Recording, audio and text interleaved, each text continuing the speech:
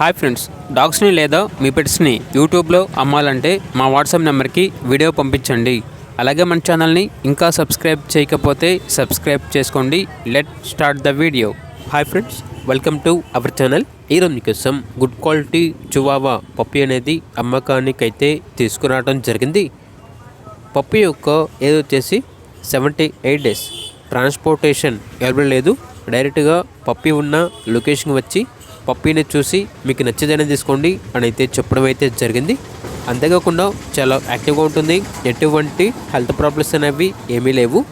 Puppy ఉన్న location వచ్చేసి ఉప్పల్, హైదరాబాద్. ఇక పప్పీ యొక్క ప్రైస్ వచ్చేసి 13K అనగా 13,000.